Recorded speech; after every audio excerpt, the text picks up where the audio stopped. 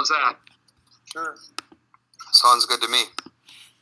That's good. I mean, I try to write everything as if I'm not going to be here. Someday I won't be, and someday you won't be, and people need to know those things by all means. Okay, now what about the form I put out for them That's to sign? the letter of agreement or letter of understanding? Substitute teacher letter of understanding.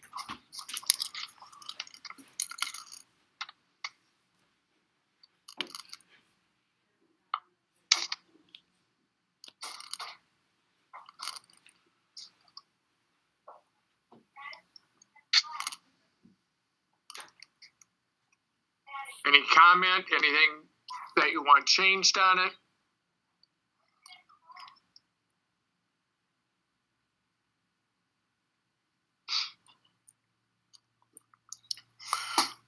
So what happens when we get down to compensation? You know, let's say we're hiring somebody for 30 days and then the pay rate changes. I mean, what happens if it ends up running longer than what you suggested, or? And the pay rate changes? Yes. That's back in the policy. If their pay Okay. rate changes, it automatically is put Go in. back to the policy. Yep. All right.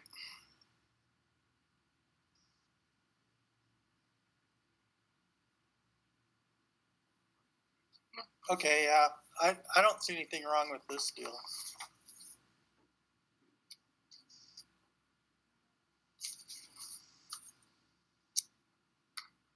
I'm good.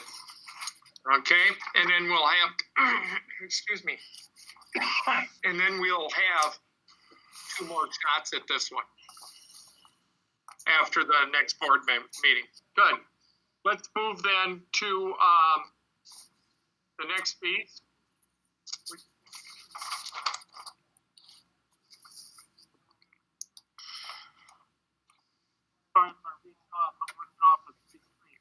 Tuck into your microphone. Sorry. I said I reach out to grab something, and when I'm grabbing, I start to talk. Okay. We got to get him one of them headsets, Randy. Yep, I think he needs one of them. I can grab mine. So on this one, what we have going on is 2 things, actually.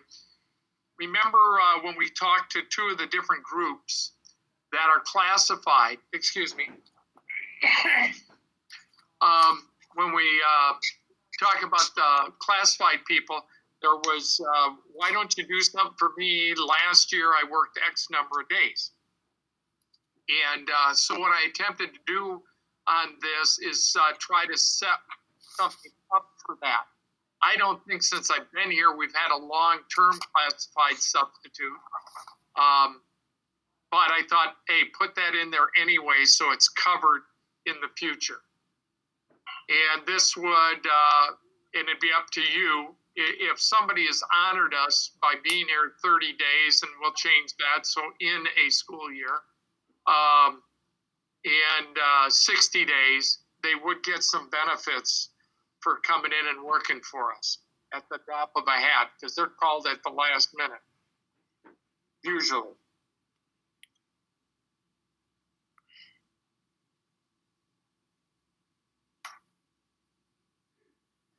Now you might wonder why step 2 and step 4, just to incentivize them for working.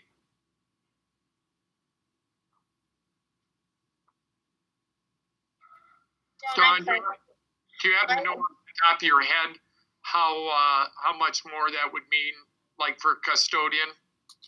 It would be probably 70 cents. This year, next year, it would be like from step 2 to step 4 would be. I'd have to look. Can I? Let me see here. I don't know if you can hear me. Yep. Let me grab my book.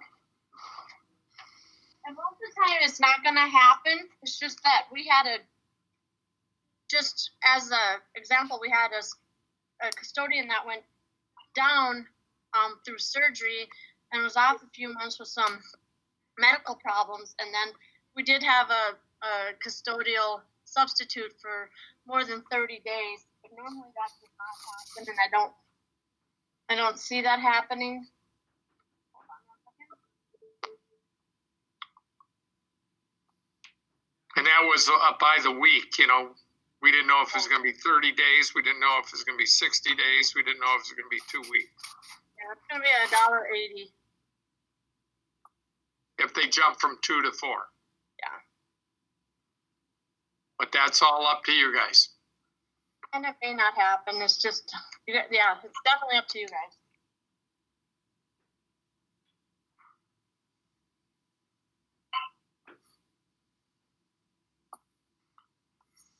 So what happens if we lose one of these people?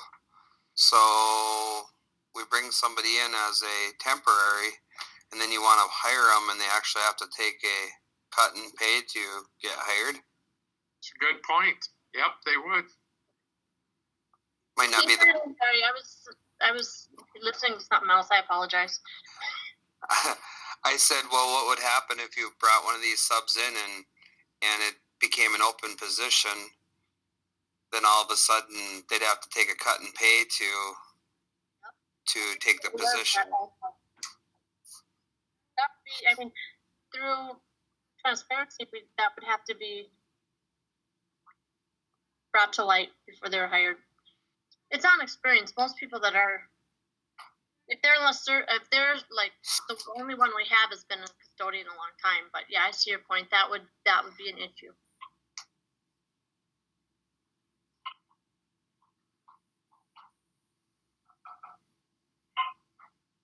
On the other hand, if the opening is open and you can't fill it, that's a whole nother problem. So I don't know. Yeah. And on contract, they'd get benefits out of it also. Don't forget that. So that's over and above. Yep, that is. I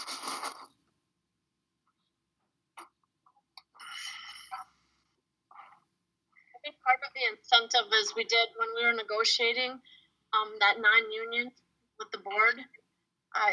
One of the people that were part of that was a substitute came and chatted with the board that evening. I don't know if you guys remember. Yep. Definitely, he did sub a lot because of some medical issues with their employee. And, it's part of saying, yes, you did a great job. This is something that the board, if they deem fit, can be in a policy. But that's totally your guys' decision at this point. It can also go in non-contract verbiage instead of a policy with less different parameters, I should say. So that's your guys' decision. You either want a policy like that, and we don't even have to specify like that, or it can go in non-contract language. Yeah, I would just say that work 30 days within a school year, and that was, just the same kind of thing as the other one, where you specify a time frame so that it's not a cumulative, like over the course of 5 years they work 30 days, so then they jump up. As a board for the first, is this initiated as a first reading or is this first conversation? What we're trying to do is formulate this right now to bring up for a first reading. We can alter it. Then you'll have other chances to think about it, and if you want that step 2 or step 4 out, then yes, I do agree with Noel. We need to put school year in there, but you guys have chances now to, in the next 3 readings, to decide if you want to keep that language in that policy about the step 2 and step 4. I actually like that terminology right afterwards, in the same school year. That's a good one, and we don't have to put anything else in. Same way with last one. That's great terminology. Anything else? Well, then let's move to 902.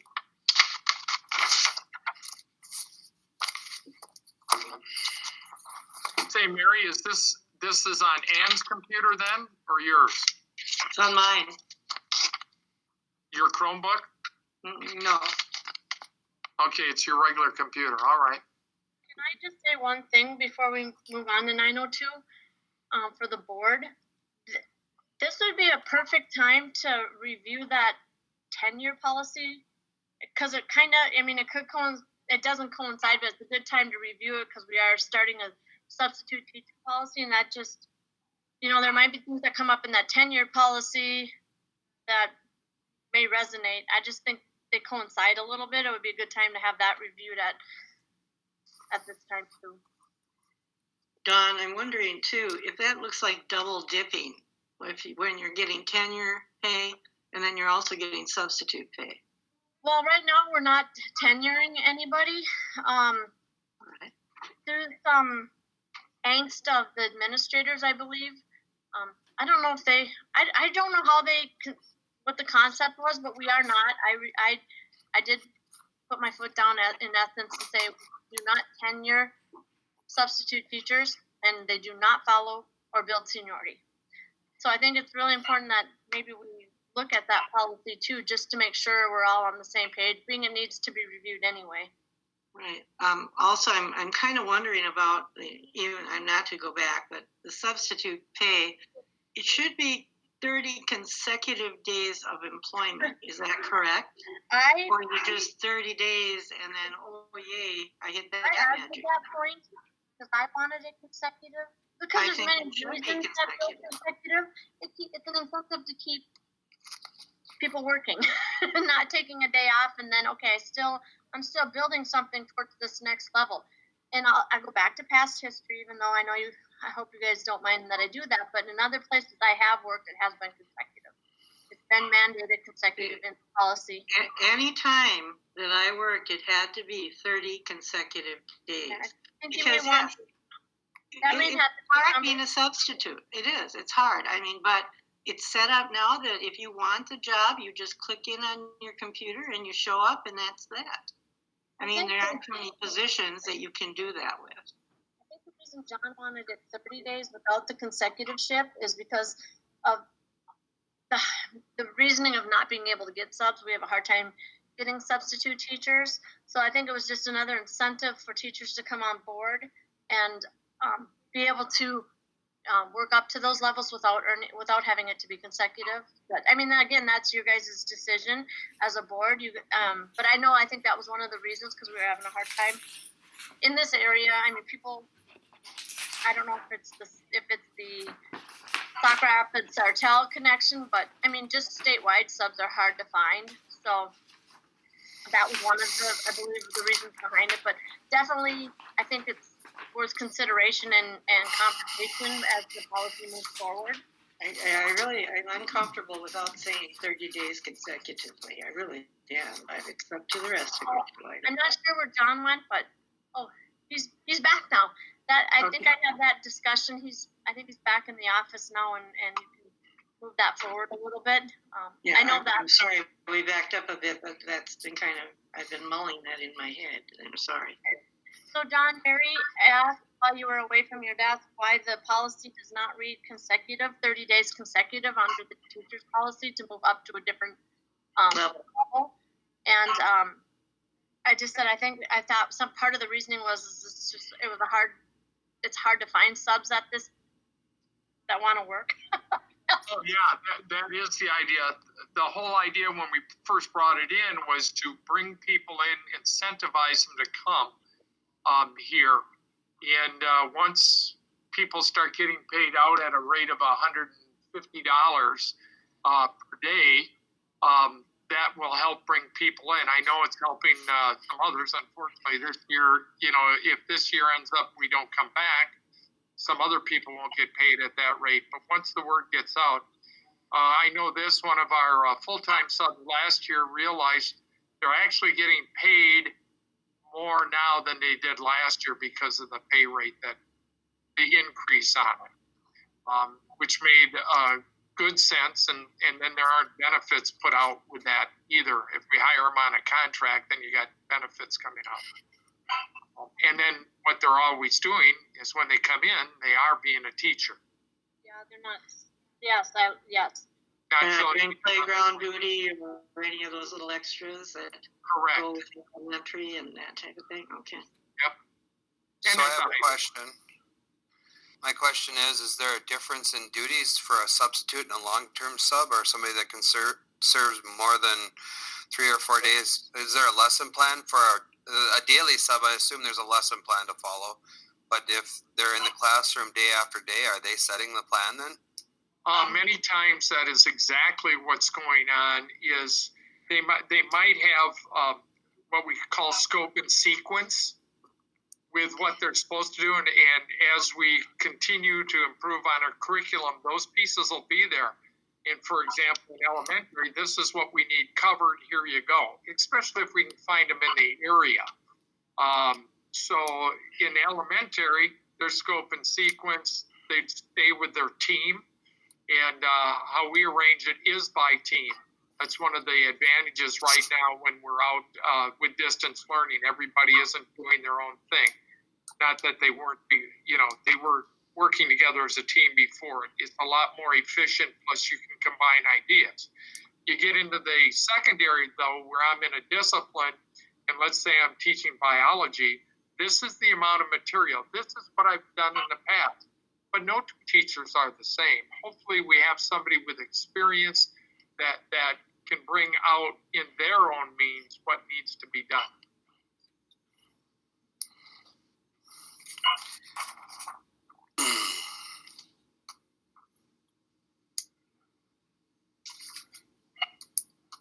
Are we good? I'm good.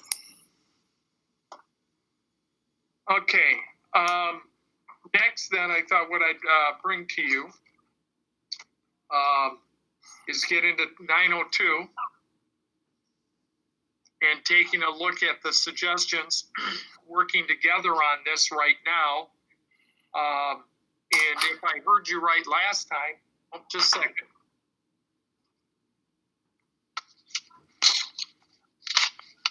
Yeah, we can do that other vanilla envelope. Somebody else was trying to come in, so I had to run to the door. First, let's go to use of school facilities and equipment. The second sheet that I sent out. Yeah, it looks like this. Got a right thing on the bottom and on the back. It does some comparison for you. And David, I know, is listening in a little bit on this. David, I got to learn how to bring in my documents unless I have to go to Zoom next time we do something like this. By the way, I'm going to share with you my minister. He is on the school board at another school, and they're all learning how to use this means to contact within. He doesn't like doing it this way either. So.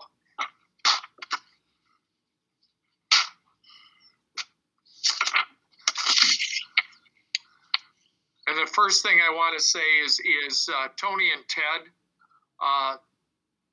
Newman and Hanson, along with Don, we've been collaborating on these things.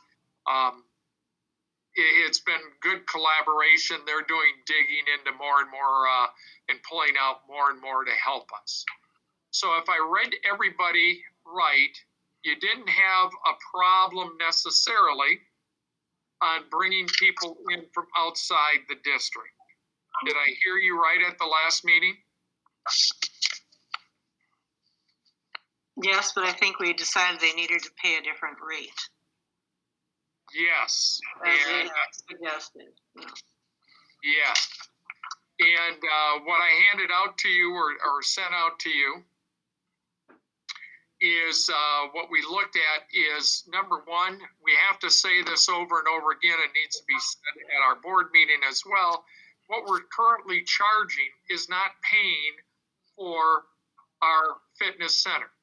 There's a wear and tear on the machines. The actual machines are used far more by the public than they are here with our students.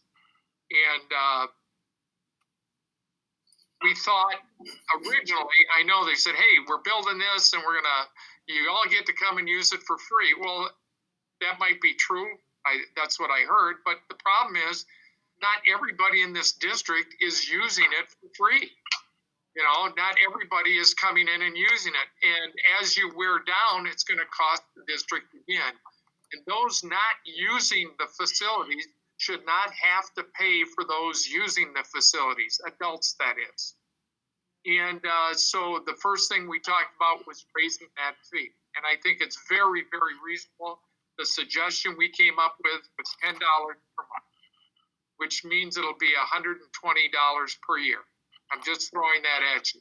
Currently, it's $5 a month, and it's at $60 per year. And then another proposal was, why don't we do a family fee? So you and your husband could join together at $200 a year. And that would give you 2 fobs, and you bring your kids in, but they have to be the right age following the policy. And I believe they have to be with you as well. That policy reads from, I believe, age 12 to 18. So Okay, what if you have a 19-year-old kid borrow their mom's fob? Okay, and that would be covered under the family up to a time period, but that's something you would need to suggest. Where would you like to make the cutoff? When they hit 21, 26, or when they graduate from high school? Well, if they never graduate, then they can use it forever. Good thinking, Randy. I like that. The actual thing, though, is if you have a family that's paying $200 a year and they can bring their kids in, so after you're 18 is what I'm reading on this is if after you're 18, you have to buy your own membership. And I think that would be a good policy. That's the way this looks right now. Or maybe what we do is make it after high school. Once graduated? Graduated or your year graduated. Okay. How about no longer a student at Royalton High School? Yeah, there you go. Because we did build it for our students first. I must not have the sheet you guys are looking at. Yeah, see, I don't either, but. Look Got at a way to download it onto this computer thingy. It says use of school facilities and equipment. I sent it out to you all, and then I dropped it off as well.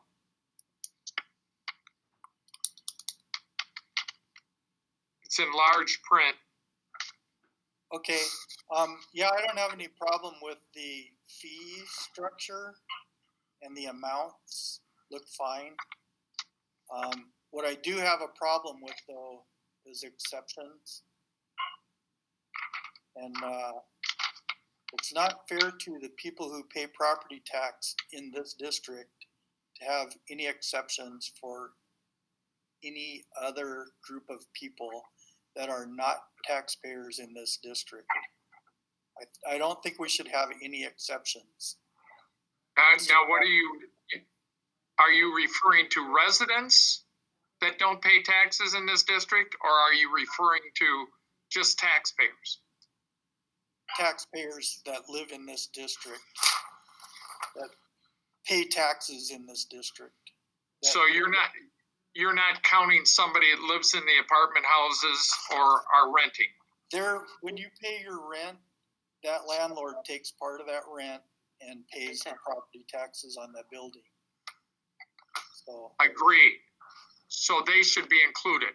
yeah, your money is going towards this. Yeah, so that's why I said I think it should be residents if you're gonna have. So taxpayers or residents, that counts for somebody that has portion of their property in the Royalton district paying taxes. Right. If your money is going towards property taxes in this district, then yeah. But because you work here, you can't say, okay, I work at the bank, but I don't live here, so I get a special deal, or I work at the school, but I don't live here, so I get a special deal. Or my kid goes here, but I don't live here, so I get a special deal. There shouldn't be any exceptions at all. Either you are putting money into the tax base here, or you're not. I agree with you, Noel. Excuse me. Thank you. I agree with you. I think that we're going to make a great big muddled mess if we continue just to allow this group to have fobs, this group doesn't have fobs, this one pays, this one doesn't. No, everyone should pay across the board. Where they live, that's different. If they're a taxpayer or they have students enrolled in our school district, that's the only exception. I don't want any, I mean, they can come here, you know, they can use it if their student is a member of the school district. Right. But if they don't pay property taxes in this district, they're paying the non-resident fee. I can live with that. Is that contrary to what current policy is? Yeah, current policy right now is if they have a student coming to Royalton, then they're allowed to come into the fitness center and use that at the rate that was established prior. Teachers have been using it. There are not a lot of teachers, but they come in and use it. That are non-residents? That are non-residents. And like I said, people that have students going to school here also have been using it. And I think part of that is they are bringing money into the district. Are there teachers that are residents that are using it? Certainly. Is that part of the policy? Well, that would cover them now because, number one, they have students here. Okay. That was They still have to have a fob, right? Yes. So they pay the resident fee. Say that again? So if I have students here, okay, I can purchase a fob with a resident fee. If I am a teacher here and I have students here as well, you don't have to. If you're a teacher here, your fob allows you into the center. I think Your this thing fob- needs to get refobbed. Yeah, I was gonna say your fob allows you in if you're a teacher, whether you have kids or not. Correct. Yeah, I think there shouldn't be a situation where you're telling an employee from another business, you don't live here, so you got to pay $300 a year. And then you tell an employee here, you get to go for a reduced rate, even though you don't pay any taxes here. I don't see that as being fair to the person who is paying taxes here and that built this place. But you could take it one step further, Noel. If you had 3 people working at the bank, one person's a resident, 2 aren't. One of the persons that's not, kids go to the district. So, you know, what's the difference between those 2 people that are non-residents? I'm just saying, I see your point. yeah, what I'm saying is there is a difference between those 2 people. You know, one of them's paying taxes here and one of them's not. Even though the kid gets to come here, they're still not paying taxes here. In fact, the person who lives here is paying taxes for that kid. What is it, like $740 some a year per kid that comes into our district? No, that's 700. Dawn, how much does each child bring us? 7,000 in aid. No, I'm just talking about just property taxes. What it Yeah, costs it's around 11. It's closer to the 1,100 mark. So it costs us $1,100 a year to bring a kid in here. And they're bringing in 5,900. Mm-hmm. No, it's still 70 some because our total is 90 some hundred. So that being said, yes, there are. 9,900, would that be like 9,000? 90-some hundred. That's a good estimate. 90-some hundred. That's Minnesota slang. Right. Anyway, you guys, everybody has their own opinion. I'm just telling you what my opinion is. If you pay taxes in this district, you get the resident rate. If you don't, you get the non-resident rate. No exceptions. And simple. No special deals. That's how I feel. I'm willing to listen to how you guys feel. I agree with you, Noel. Okay. You were in the Air Force for a while, and you were in the Army, obviously. Did they have a workout center at any of your bases? They did. And you got to use them. Mm-hmm. How is that different than here? I didn't get to use them, and I paid your salary, and I paid for that base. My taxes. I'm playing devil's advocate. Yeah, it's just a bad analogy. Why? When bullets were flying, where were you? I'm talking, you're on base, you're at base, you're going through training camp.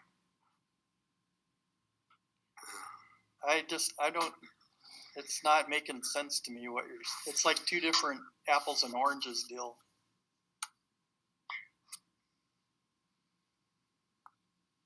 I'm still wondering that when we built this school, we said that it was going to be free to the public, except for a nominal fee for administrating it.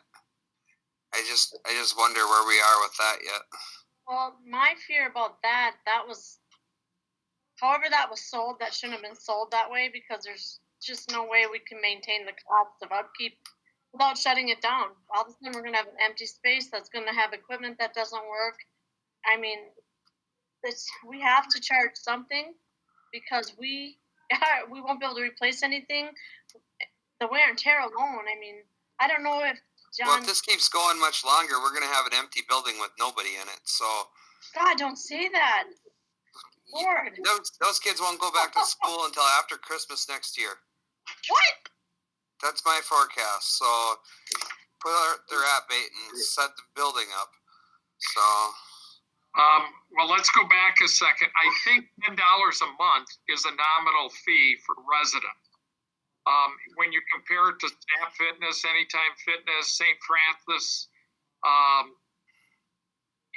there it's for $50, $40, and $38 basically. $10 a month, $120 for the year versus almost $600, $480, $456. I think it is nominal fee. $10 a month. Yeah, I agree with that. I agree with what you guys proposed for the fee schedule. I just don't think there should be any special deals for anybody, and that's all. That's how I feel. I understand. I was just going back to what Randy said. Yeah, I know we're going to get called out on it, and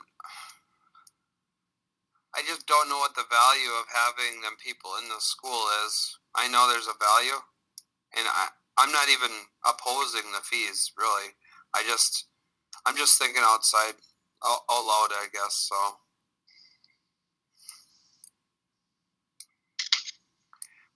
But I would agree with Noel that,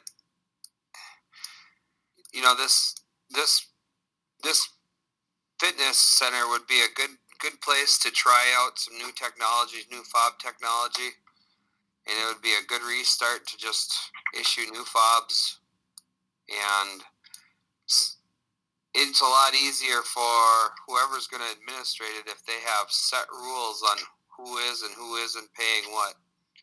So.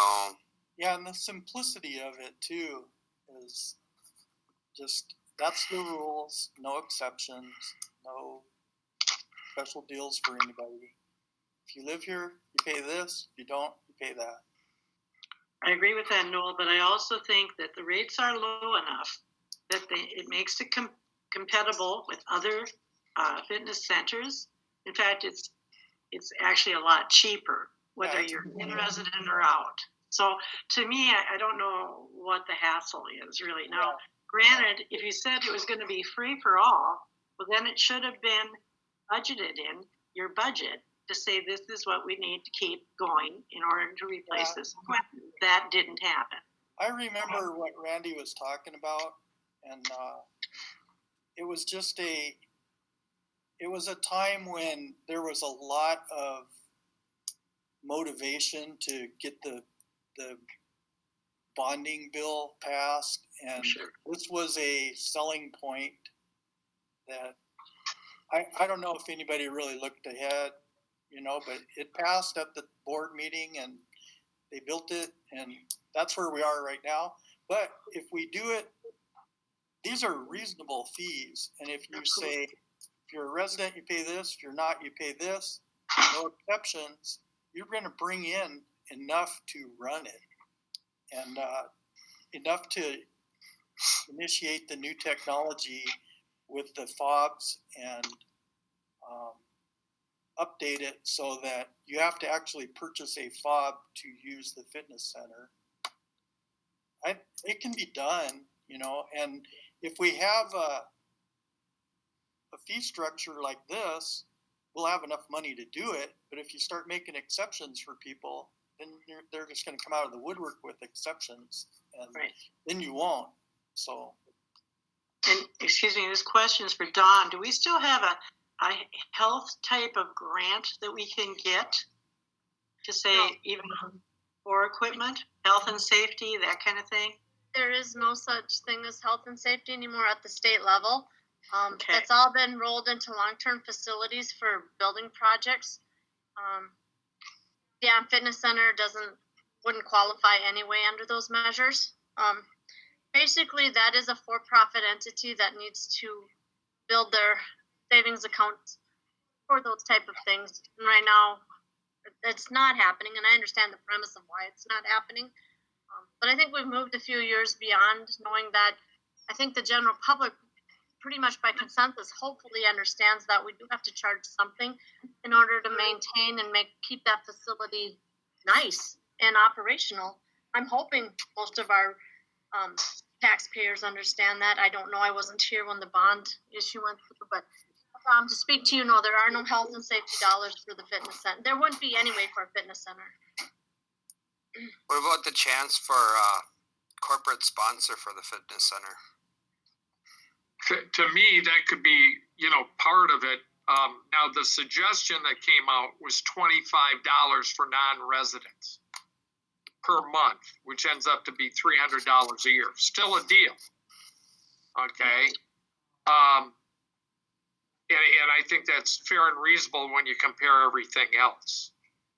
Okay, to move us along, the other two board members, are you guys in agreement with the fee structure?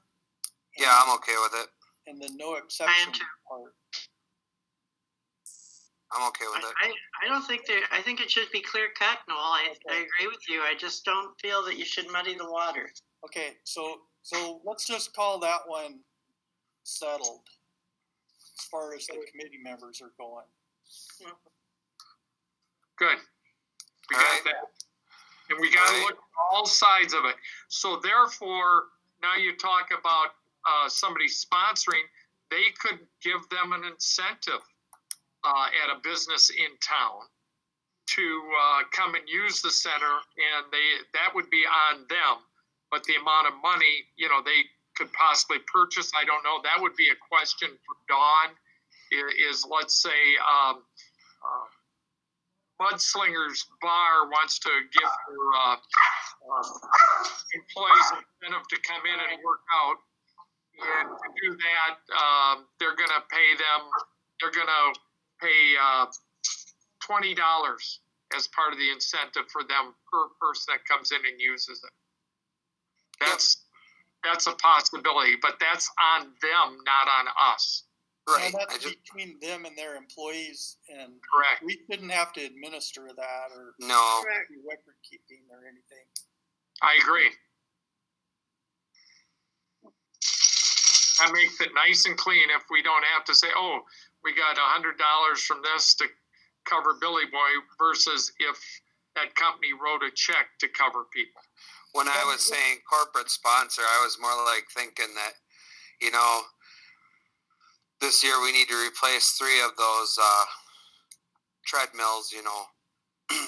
Is there some companies that would want to help with that, you know? If we have companies that are in the district that have a lot of employees using it, maybe they would, you know. A lot of that money is out there. I don't know if there will be any this year, but a lot of that money is out there, and you just don't know unless you ask. So there is also, we do have organizations that do use for all their members, like the Legion or the wrestling club. I mean, they do a lot for them. I mean, they could be reached too for donations, to donate monies to buy or replace equipment. That's another option. I've seen that a lot in other just startup facilities. Most places that have a fitness center, schools, they're very self-contained and can generate dollars. Don, when you guys came up with these numbers for how much it's going to cost residents and non-residents, yep, were those numbers based on what it would take to run the facility?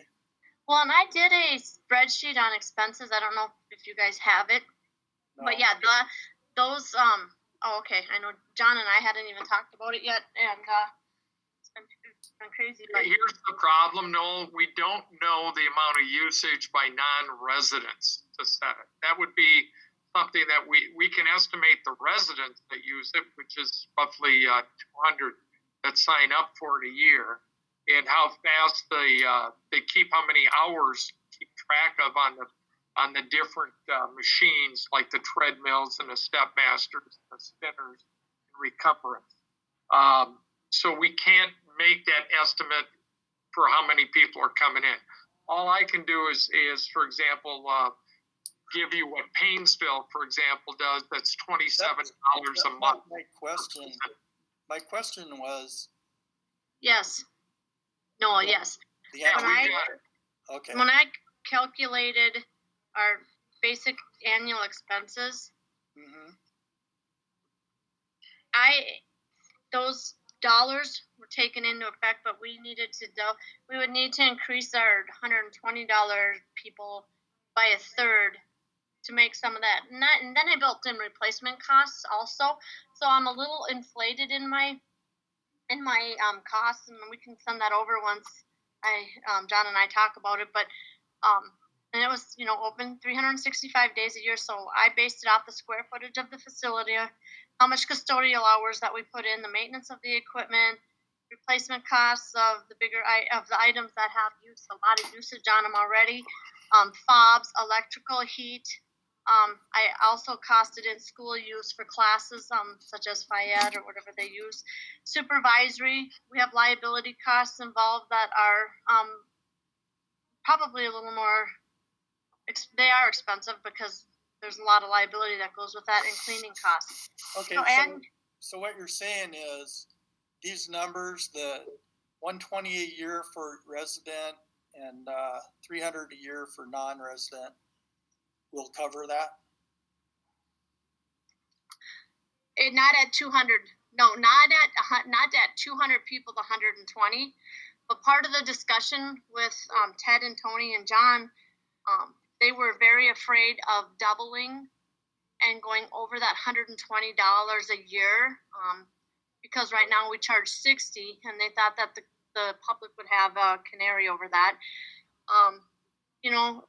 Okay, well, what you guys, the way it's written is every year we get to reconsider it. Yes. So if you're comfortable with going with those numbers that you gave us, then I'm fine with it. I am comfortable that for this year, next year, because we're not replacing anything. When we start into the replacement cost now is when we're going to have to really review that. Right now, if we keep our membership in that 250, we will definitely be fine in supporting that space. And that's where I was getting to know about, we don't have a way to know what to divide it by. Sure. And that's where I started talking about Painesville. They charge everyone $27, and they actually make money on the whole deal. And so how many non-residents we'd have come in, I have no idea. That's part of our problem. But I agree with you. The way the policy is written, every year we review that and we can up that accordingly. And it should be reviewed. This one is the policy that should be reviewed every year. Yeah, that's how I wrote it. The difference between, I just want to piggyback off John though, the difference between us and Royalton and Painesville is we have a lot more competition. We have the snaps that are local, the anytimes that are more local. So Painesville's going to make more opportunity because they don't have that close. So they do have a lot more membership than we may have. And I don't know how theirs is written with non-residents. I didn't see their policy, but right now ours is just in resident right now. Any other? They're both 902, right? Yeah, all of it's 902. Kind of a subset of 902. Yeah, the money is part of what we review every year. We can do this in an action at one meeting. Sure. When we change the policy itself, that's another whole thing, which after sitting down, that was something I provided in my board briefing, going through and taking some of the suggestions, especially from Ted, that we're working on 902. And I wanted to start sharing those with you because right now there's some things with community ed and policies, which I've shared with you before. And I listed on this for you to take a look at as we move along. Because right now, community ed seems to be doing a lot of the work and a lot of the things and taking care of positions.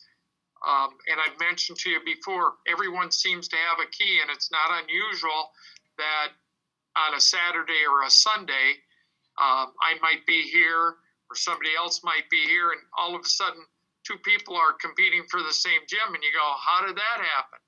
Well, lo and behold, neither of them were on the schedule, but they both got a master key so they can come in. And that's one thing that we have to look at is limiting that way. And that goes back to fobbing and fobbing different doors. Right now, we think we've got a number of 7 to 8 doors to our gymnasium's fob, but everyone seems to have a key. And another thing that happens, they're not signed in. Outdoors, we need to take a look at signing up for the outdoors. No one's paying for anything, but boy, I tell you, last year I was a little upset myself. Tony got a call. How come they hadn't cleaned or mowed the field for a while? Number one, they couldn't. It wasn't on the schedule, and they had a game that day, and the grass was long, and it's like it wasn't on the schedule. So that's something else that Ted and Tony are working on that we need to start looking at on the policy itself. Okay. So we should bring forward then the fees that we suggested. I'm good with them. Okay, did you take a look on the back of adding some space to include the aerobic center infield space? Or do you want to save that for when we go through the policy? The reason it was brought up, it goes back to just what we're talking about. There's nobody signed up for it, for the field space, so you can get different groups going. Ted's got a system he's working on, which I gave you some of the questions here this last mailing on it that I just got. But the aerobic center, he's been asked several times, how much does it cost to rent the aerobic center? Because people want to come in and just use that. And then we need to follow what we have in the policy to do that. Okay. So you want to include that now, or do you want to wait till we go through the policy to get it? Yeah, these seem reasonable to me right now. They're as reasonable as I can come up with. So there is a problem with the fields right now, in that, for example, the RBI club, gives us an awful lot of money, and they take care of and do a lot of maintenance. They go through and they bring in dirt, and they work over the fields real good. Other groups don't. So right now, I would suggest, while we're working on the policy, to leave the field space off until we come up with something to cover people like the RBI club. But we also have some difficulties with a few other teams who use the facility that are not free, and that causes a problem.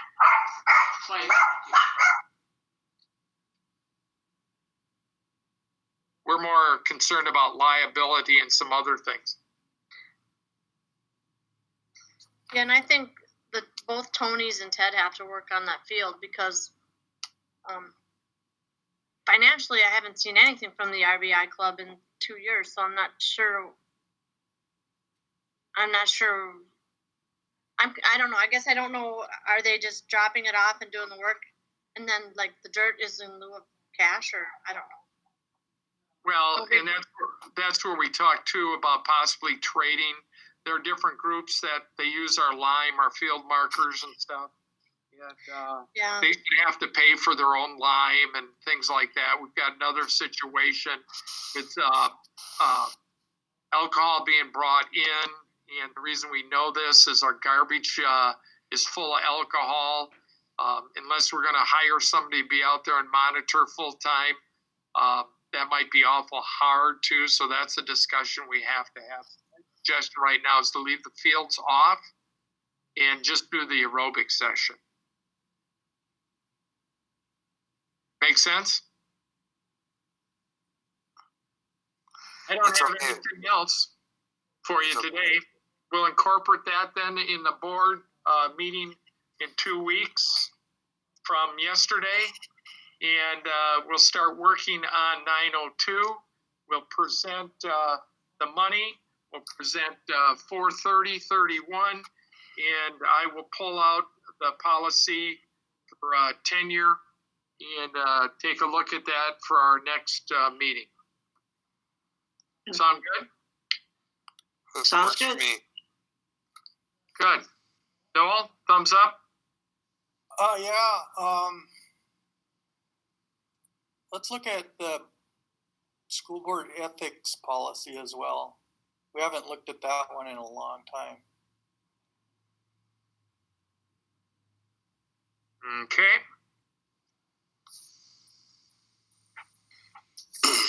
Got it. I was going to start putting policies back on, that we need to update anyway. So it's about time. I want to give you guys a little bit of a break. Little did I know we're going to get hit with not Ebola, with COVID-19. So thank you very much. I hope this worked out for you. It's how I meet. Usually daily, I have at least one of these. And like I shared with you, sometimes it's making huge decisions across the state. So thank you very much. Okay. All right. Bye. Bye, everybody. Bye. And right now the time is 12:21. Thank you.